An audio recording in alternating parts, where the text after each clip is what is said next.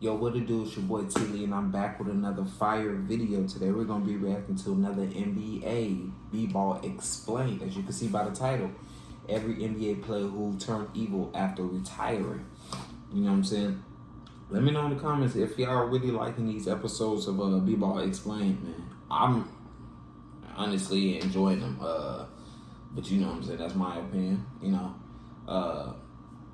So, before we get started, make sure y'all like, subscribe, turn on the post notification bell. You already know what it is. We're on that road to 100K subscribers. I'm up early in the morning with it, so that's why I'm kind of like, you know what I'm saying? Yeah, I'm there. You know, I'm there. You know what I'm saying? I got my matcha, because you know I'm a matcha guy. You know what I'm saying? Hey, bada bing, bada boom. Yeah, you feel me? Forget about it. Now, let's go and get started now. Ruben Patterson, known during his career as a defense specialist. Patterson's life off the court looked more like a cautionary tale than a highlight reel. It started in 2000 when he got into a fight outside a Cleveland nightclub and broke a guy's jaw because he thought his car got scratched. He got a misdemeanor assault charge, had to cough up a $1,000 fine. Over a car because he what? Because of what? He thought it was what? 2000 when he got into a fight outside a Cleveland nightclub and broke a guy's jaw because he thought his car got scratched. He got a misdemeanor assault charge, had to cough up a $1,000 fine, and served 80 hours of community service. The league suspended him for 3 games, and that was just the beginning. Later that same year, things got darker. Patterson was playing for Seattle when his nanny accused him of forcing her into a sexual act. The incident happened in his own home while his kids were there. He eventually entered an offered plea to attempted third-degree rape, which let him avoid admitting guilt, while still acknowledging there was enough evidence to convict. He spent 15 days in jail, got 2 years of probation, had to pay $5,000, and had to register as a sex offender. Then in 2002, he got arrested again, this time for domestic assault. His wife had visible injuries, but after she refused to press charges, prosecutors dropped the case. In 2007, he failed to register as a sex offender. When he moved, that got him another $1,000 fine. 3 years later, he was caught driving drunk in Ohio with a blood alcohol level of 0.117. And in 2019, he turned that man was trying to end over $100,000 in child support. All of this has overshadowed whatever legacy he hoped to leave behind. His name's now more tied to courtrooms than courts. Glenn Davis, known as Big Baby during his playing days, Davis went from hoisting a championship trophy to holding around some serious legal baggage. Back in February of 2018, hotel staff at a Maryland Hampton Inn noticed a strong weed smell coming from his room. When police showed up, they found over 120 grams of marijuana, nearly $100,000 in cash, packaging materials, and a ledger that looked like it came straight from a drug dealer starter kit. Davis got slapped with 7 charges tied to drug possession and distribution, but instead of jail, he paid a $15,000 fine, and prosecutors dropped the charges. That wasn't the last chapter. In October of 2021, Davis got named in a major indictment involving fake health and dental claims submitted to the NBA's health plan. Investigators said he filed a claim for dental work in Beverly Hills while he was busy traveling between Las Vegas and Paris. Now imagine they come take their teeth back. Imagine they just come take their teeth back. Now you looking like this. So unless dentists started offering in-flight procedures, it didn't add up. In November of 2023, a Manhattan jury convicted Davis of healthcare fraud, wire fraud, and conspiracy. It was not a small case either. By May of 2024, he was sentenced to 40 months in federal prison. On top of that, he owed $80,000 in restitution, had to attend financial management classes, and got slapped with 3 years of supervised release, which includes... This is why I always say this: go find you something legal to do. And stay out the way. He could have found this health. Damn, tongue, calm down. But he could have went down the legal way, connected with some people in the health industry, and could have been making. Come on, my black people, we gotta be doing better. In true odd fashion, he got a 7-week delay to report to prison. Why? So he could finish filming a documentary about himself. Apparently, that's supposed to help him pay the money back. The whole thing's a wild spiral, from a ring to a rap sheet. Rashid Bird, once known for his towering 7-foot Imagine being able to build anything just by thinking about it. Meet Base 44, a complete AI.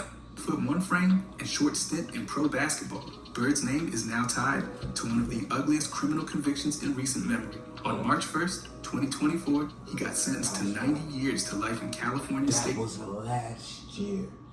That was last year. That was last year. Prison for a series of violent sexual assaults across Los Angeles and Santa Clara counties between 2015 and 2020. His history wasn't clean even before that. Back in 2005, Bird got arrested in Washington State for sexually assaulting a young woman. Then in 2010, he was convicted again, this time involving a different victim. Investigators say he used his identity as a former athlete and actor to lure in victims. He charmed them, built trust, then turned violent. Detective Dara Brown said it plainly. He started out charismatic, then things turned dark fast. Bird was finally arrested on September 20th, 2020, after a woman came forward and accused him of assaulting her. In 2019, the charges piled up. His bail was set at over $4 million, and he sat in custody the entire time, leading up to sentencing. When the court finally handed down that 90-year sentence, it marked the end of a long and brutal investigation. As far as his background goes, he played just 22 games for the Los Angeles Defenders back in the 2008 to 2009 season. He also had small acting credits in a basketball comedy and a documentary, but all that's been swallowed up by the severity of his crimes. The Los Angeles Police Department thanked the victims who stepped forward and said they're still open to hearing from anyone else. Bird's career, reputation, and freedom, all gone. By the way, if you guys want to subscribe, I'm going to be posting every day. Thanks. Anyways, Kermit Washington, once an NBA All-Star. Washington's downfall wasn't on the court. It was in his so-called charity. In July of 2018, he got sentenced to 6 years in federal prison for pulling nearly $1 million from a fake humanitarian front. His organization, the Sixth Man Foundation, also known as Project Contact Africa, promised to help families, HIV-positive children, and medical clinics across Africa. But instead of fulfilling those missions, Washington funneled donations into personal luxuries. He used the money for vacations, shopping, and even paid for plastic surgery for his girlfriend. He didn't stop there. While working with the National Basketball Players Association, Washington set up an illegal referral scheme. He referred players to attorney Ronald Jack Mix, who then sent over $155,000 in donations to the foundation. Those donations were really just referral payments, and Washington conveniently forgot to mention them to the IRS. On top of that, he accepted over $82,000 from Reza Davachi and used those funds the same way, purely for himself. To keep the scheme alive, Washington committed identity theft by using someone else's information in filings and lied repeatedly on his tax return. In November of 2017, he finally pleaded guilty to aggravated identity theft and filing a false tax return. A few months later, the sentence now look at him, look like a dried up turtle.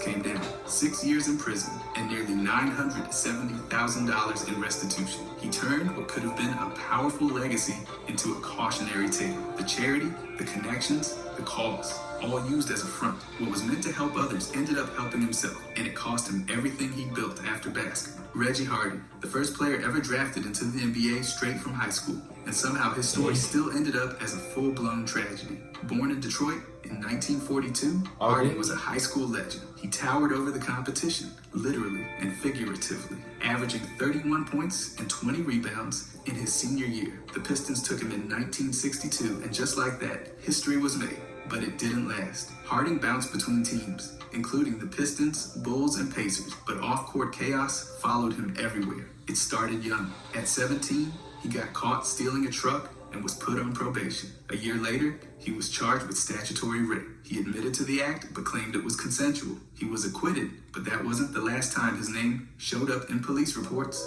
That same year, Florence Ballard of the Supremes accused Harden of raping her at knife point. No charges were filed, but the incident stayed with her for the rest of her life. Then in 1965, he assaulted a police officer during a fight over a parking ticket that earned him a $2,000 fine, the biggest fine in pro basketball at that point. After his NBA career ended, he wasn't done finding trouble. In 1969, he got locked up for carrying a concealed weapon and served 2 years in prison. By 1972, at just 30 years old, Harding was shot and killed by someone he considered a friend after an argument turned violent. From courtrooms to prison cells to a street corner in Detroit, Harding's story is more heartbreak than highlight. What started as groundbreaking turned into a grim example of wasted talent and personal destruction. Byron Houston, once a standout at Oklahoma State and an NBA forward, Houston's post-basketball years have been a non-stop tour through courtrooms and jail cells. His legal troubles started early, but the real downward spiral kicked off in the early 2000s.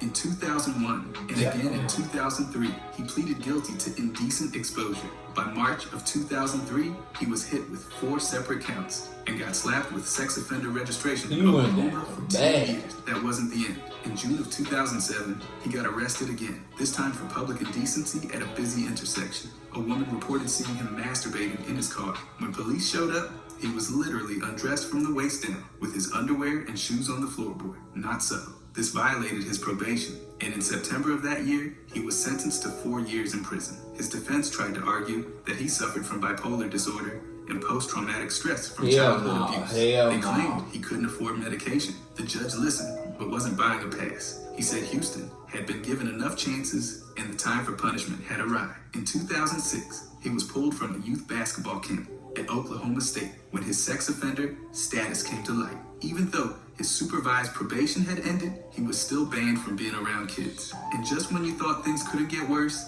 in 2011, he got charged with animal cruelty in Logan County. The details were vague, but the arrest added yet another page to an already messy rap sheet. Mental health was a part of the story, but so were repeated offenses. The second act of Houston's life became a full-time disaster. Steve Francis, once known as the franchise for his explosive play with Houston, Francis's life off the court turned into a highlight reel of bad decisions. It started in June of 2016 at a restaurant in Florida. After asking a bartender for help finding his car keys, he took a flashlight and instead entered a woman's unlocked BMW in the parking lot. He took a diamond ring, a wedding band, cash, a wallet, over $7,000 worth of personal stuff. 2 days later, he walked into the police station with the stolen items and said, "I just robbed somebody, take me to jail." But since no crime had been reported yet, officers had to let him go. A few months later, in November of that same year, he got pulled over for speeding in Houston. Deputies said he was uncooperative and clearly drunk. They found 22 grams of marijuana in his car and an open bottle of liquor. To top it off, he allegedly threatened one of the officers. That led to charges for driving while intoxicated, marijuana possession, and retaliation. In December, the Florida burglary caught up with him. He turned himself in and was booked into jail. By March of 2017, he cut a deal. He got a conditional discharge, 50 hours of community service, and a fine of $7,300.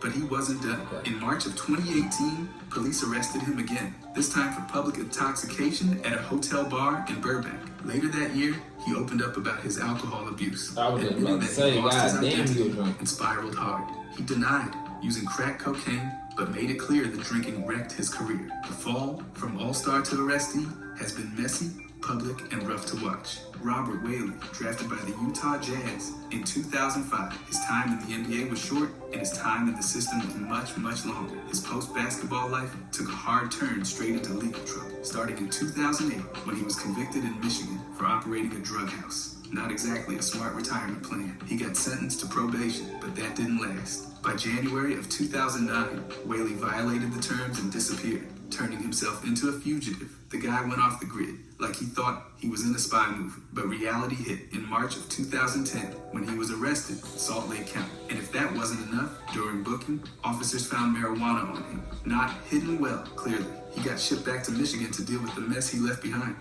That landed him a 2-year stay behind bars from 2010 to 2012. Then, because one criminal chapter apparently wasn't enough, he showed up again in the police blotter in May of 2015. This time, it was for breaking into a Marriott hotel in Layton, Utah. He pled guilty to felony burglary, and in March of 2016, he got sentenced to 60 days in county jail. So from operating a drug house to hotel burglary, it's been a steady drop-off since he left the NBA. There's no scandalous twist, no misunderstood genius, just a guy who traded a court for a cell and never found his way back. The only stats that matter now are charges, time served, and missed opportunity. Antoine Walker, a former All-Star and NBA champion, Walker earned over $108 million during his career. But after retirement, he managed to dribble straight into a financial and legal disaster. It kicked off in July of 2009 when he got charged with 3 felony counts for writing bad checks tied to gambling debts. He owed more than $800,000 to Caesar's Palace, Planet Hollywood, and Red Rock Resort. Under Nevada law, those unpaid markers counted as bad checks. He got arrested at Harrah's in South Lake Tahoe during a celebrity golf tournament, which definitely wasn't the kind of headline he was hoping for. He first pleaded not guilty in June of 2010, but changed course in June of 2011. He admitted to 1 felony count and got 5 years of probation. As part of the deal, he had to pay back more than $750,000 and was banned from gambling during his probation. Around the same time, things got even messier. In May of 2010, he filed for Chapter 7 bankruptcy in Florida. His paperwork showed $12.7 million in debt against just $4.3 million in assets. Even his championship ring from 2006 had to go. It sold for just over $21,000. Walker later admitted he blew $1 million in just 6 weeks in Vegas. He blamed a flashy lifestyle, gambling losses, and failed real estate deals for his collapse. But instead of disappearing, he turned the wreckage into a second act. He joined Morgan Stanley's sports division and now mentors athletes on money management and how not to follow in his footsteps. A rough fall, sure, but at least now he's using the scars to help others. Yeah. Take George. Once a college basketball hero with a legendary buzzer beater at Connecticut, George turned his post-NBA years into a courtroom saga centered around one thing: fraud. After a short NBA stint with the Nets and Bucks, he founded the George Group, a flashy-sounding real estate firm that claimed to control over $500 million in assets. Spoiler alert, it didn't. From 2005 to 2011, George managed to convince investors, including NBA players Charlie Villanueva and Brevin Knight, and even The Apprentice winner Randall Pinkett, that their money was safe. He told them funds were being held in trust accounts and promised guaranteed returns. Instead, he pulled a Ponzi classic. He paid off, earlier, investors with new money, and then used the rest for himself. Home upgrades, a birthday bash for his daughter, and even a vanity reality video project. Because if you're going to commit fraud, you might as well do it in style, apparently. In September of 2013, a jury convicted him on 4 counts of wire fraud. Each count came with a 20-year max. But in January of 2016, the court handed him a 9-year federal prison sentence. He also got stuck with $2.55 million in restitution and 3 years of supervised release. George tried to appeal, blaming prosecutors and calling witnesses liars. In April of 2017, the Third Circuit Court of Appeals said no. Every charge and sentence stayed locked in place. What could have been a legacy of college glory and pro promise ended with a real estate scam, a prison term, and a reputation that will never rebound. His buzzer beater might have been clipped, but in real life, the clock ran out hard. Allen Anderson, the former NBA journeyman, played 8 seasons across 5 teams and a laundry list of countries. But what really stuck was his role in a benefits fraud scheme that landed him in federal prison. Between 2017 and 2019, Anderson submitted about $121,000 in fake medical and dental claims to the NBA players' health and welfare benefit. Damn, what's with this fake-ass medical those services ever happened. He didn't just scam the system for himself. Anderson helped others join in, pushing total fraudulent claims to around $710,000. When some of his co-conspirators hit snags with reimbursement, Anderson told them to just submit forged letters from doctors. He even arranged for them to visit a physician in Las Vegas after hours, just to fake enough documentation to make things look legit. In October of 2021, Anderson was one of 18 former players charged in connection with the scam. It was a $4 million mess in total, spread across multiple defendants. His part may not have been the biggest, but it was deliberate and sustained. On February 10th, 2023, a federal judge handed him 24 months in prison. He also had to give up $121,000 and pay the same amount back as restitution. The sentence was meant to send a message: retired athletes don't get a pass when it comes to fraud. Anderson's professional resume included NBA games and international stints across Europe and China. But now, what people remember most is that he went from running plays on the hardwood to running scams on paper. The fall was fast, and the consequences were real. Jason Caff, 2 NBA titles with Michael Jordan and the Bulls, and still managed to find his name more often in legal documents than highlight reels after retirement. Damn. His post-career life unraveled into a mess of child support lawsuits, arrests, bankruptcy, and rehab. It started with the numbers. 10 children by 8 different women. That's not a stat line you want on your resume. At one point, he owed more than $200,000 in unpaid child support and legal fees, and at least one mother said she was shorted nearly $100,000. In August of 2007, Caffey filed for bankruptcy, claiming $1.9 million in debt. The court dismissed it the next year when he couldn't put together a plan to pay it off. Jail time followed, not for a flagrant foul, but for failing to pay what he owed. Things hit another low in May of 2010 when he got arrested in Mobile, Alabama for domestic violence. He allegedly hit and kicked a woman during a dispute and was released on $1,000 bail. Another mugshot, another headline. But Caffey didn't vanish completely. He admitted to struggling with depression and anxiety and checked into a 45-day rehab program in Florida in 2016. Since then, he's trying to clean up the record. He co-wrote a book aimed at teaching young boys about maturity and consequences. He went back to school and plans to graduate from Alabama State University with a degree in physical education in December 2024. Caffey's story isn't clean or heroic, but it's a real-time recovery from years of personal chaos and legal fire. Chris Gatling, once an NBA All-Star with a solid pro career, Gatling's post-basketball path somehow veered straight into fraud territory. In 2013, he pleaded guilty to theft and forgery after squatting in a luxury home in Paradise Valley, Arizona. He didn't just live there without permission, he tried to rent the place out to actual tenants while having no legal right to even be in it. For that bold move, he got 4 years of probation. But instead of lying low, Gatling went bigger. While still on probation in 2015, he was arrested again, this time for a nationwide fraud scheme involving credit card theft and online scam. He ran sketchy online businesses that gathered personal and financial info, then used it to rack up charges. One of the victims, a Scottsdale gym owner, lost $90,000 and had to shut down her studio. The fraud didn't stop there. In 2017, Gatling got sentenced to 2.5 years in prison for a telemarketing scam targeting seniors. He and others sold fake websites to vulnerable people, pocketed the money, and walked away. Well, until the prison sentence hit.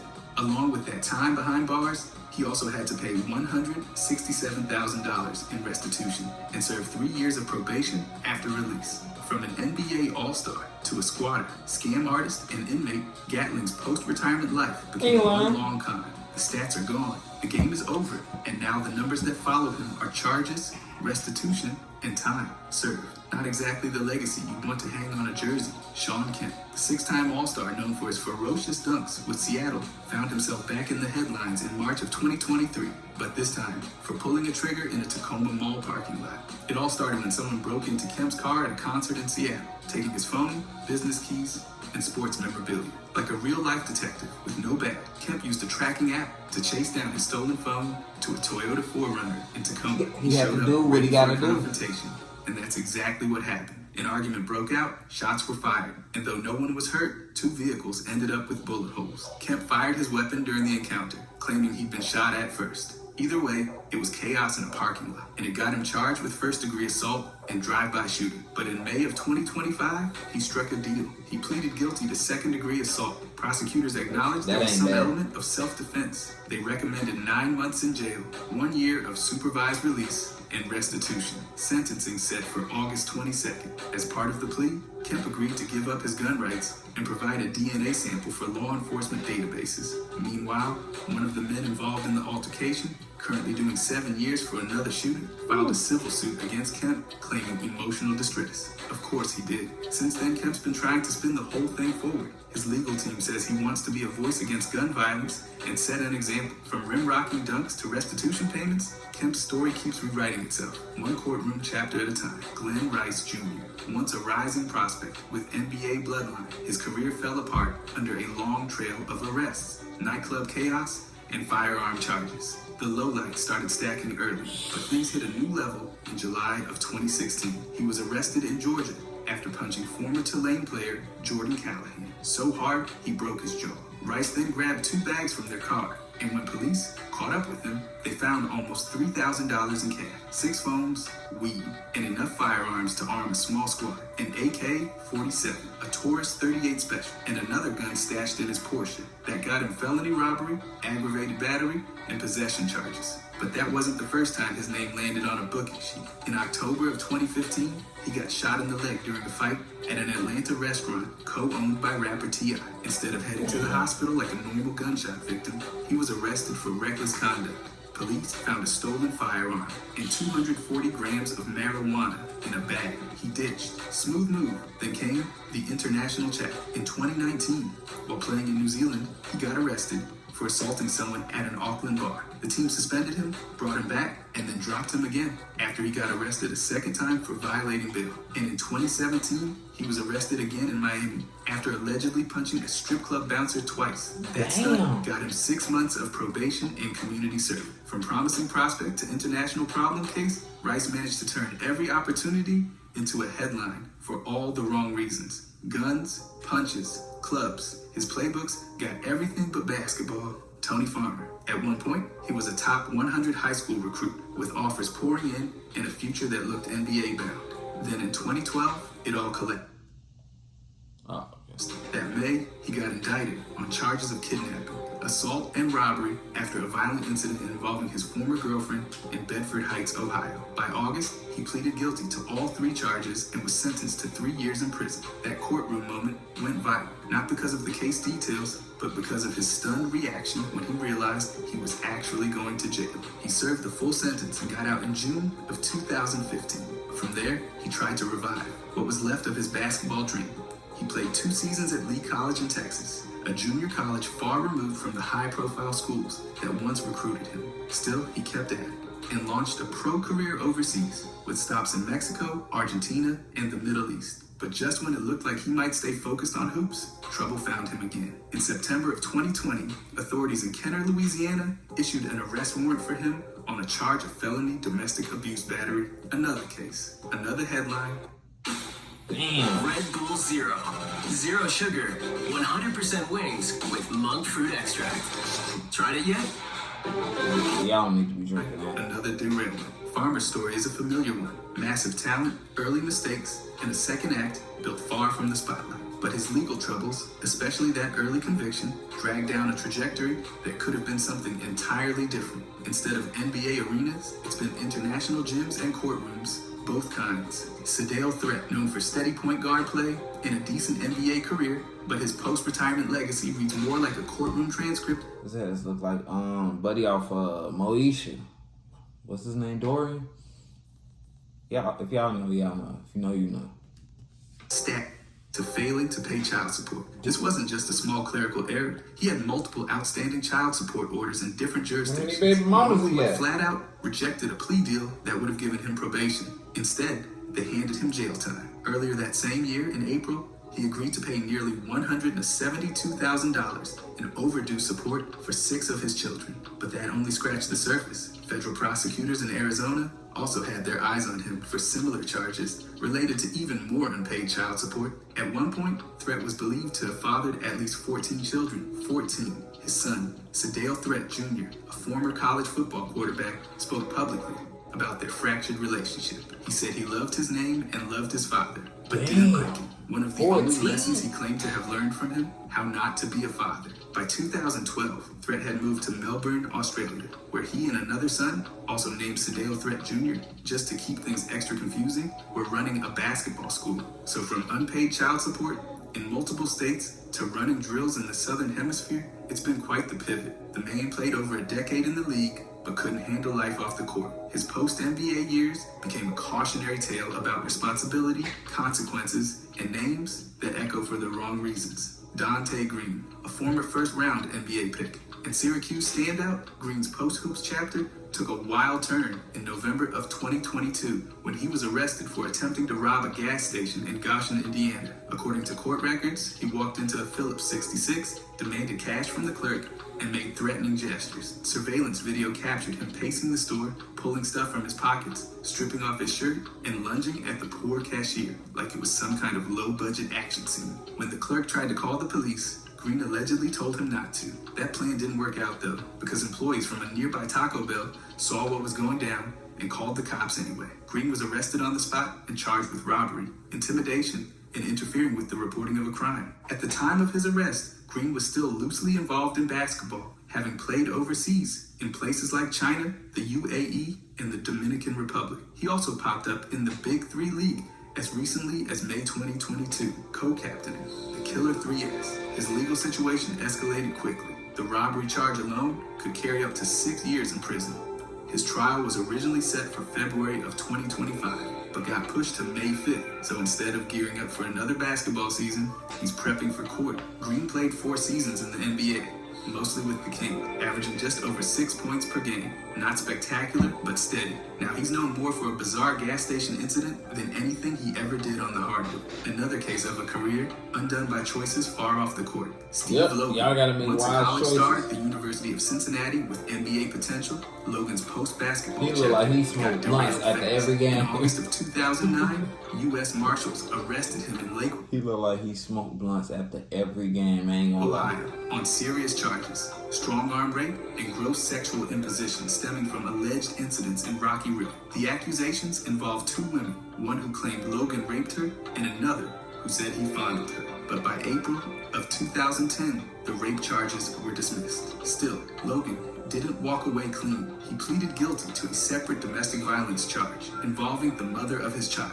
That case ended with a $250 fine, small amount. Big damage to his already fading public image. These legal issues followed him right into what should have been a celebratory moment. In 2010, Logan was inducted into the University of Cincinnati Athletics Hall of Fame, a major honor for a player who once lit up college hoops. But instead of attending the ceremony, he stayed away due to the cloud of pending legal trouble. From All-American hype to courtroom appearances, Logan's career has become another cautionary tale. The highlight reel stopped, the accolades faded, and what remains is a short, rocky list of what might have been. Terrence Williams, drafted 11th overall in 2009, Williams once looked like a versatile guard with long-term NBA upside. Instead, he became the ringleader in a healthcare fraud scheme so bold it could have been ripped from a crime drama. Another From person with this 2017 fraud to shit. 2021, Williams orchestrated a multi-million-dollar plan to defraud the NBA players' health and welfare benefit plan. He recruited over 18 former players and even got a few medical professionals on board. He set up fake medical and dental claims, distributed phony invoices, and coached others on how to file them. The total damage? Over $5 million in false claims, with defendants pocketing about half. Williams himself collected more than $650,000 and took at least $300,000 in kickbacks. When things got shaky, he impersonated health plan officials to pressure others and protect the scam. In August of 2022, he pleaded guilty. A year later, in August of 2023, he got hit with a 10-year federal prison sentence, plus 3 years of supervised release. He was ordered to forfeit over $650,000 and pay back $2.5 million in restitution. Judge Valerie Caproni called him out directly for being the operations architect and exploiting his role as a former pro. Williams admitted it all, calling his choices stupidity and greed, and mentioned how it affected his 6 children. But remorse didn't change the sentence. He wasn't alone. Keon Dooling, Glenn Davis, and even a California dentist were also convicted. Williams just happened to be the one pulling the string. Damn, that's crazy. Literally, the team was running the whole scam. Damn, that's crazy. Let me know in the comments what y'all think about this one, man. This is a interesting one for sure. Yeah, this was definitely an interesting one. A lot of these guys could have been doing it the legal way, but I don't understand, man. Let me know in the comments what y'all think about this, man. Appreciate y'all for watching. Make sure y'all like and subscribe, and make sure y'all turn on that post notification bell. Appreciate y'all. We on that road to 100K subscribers, and I'm out.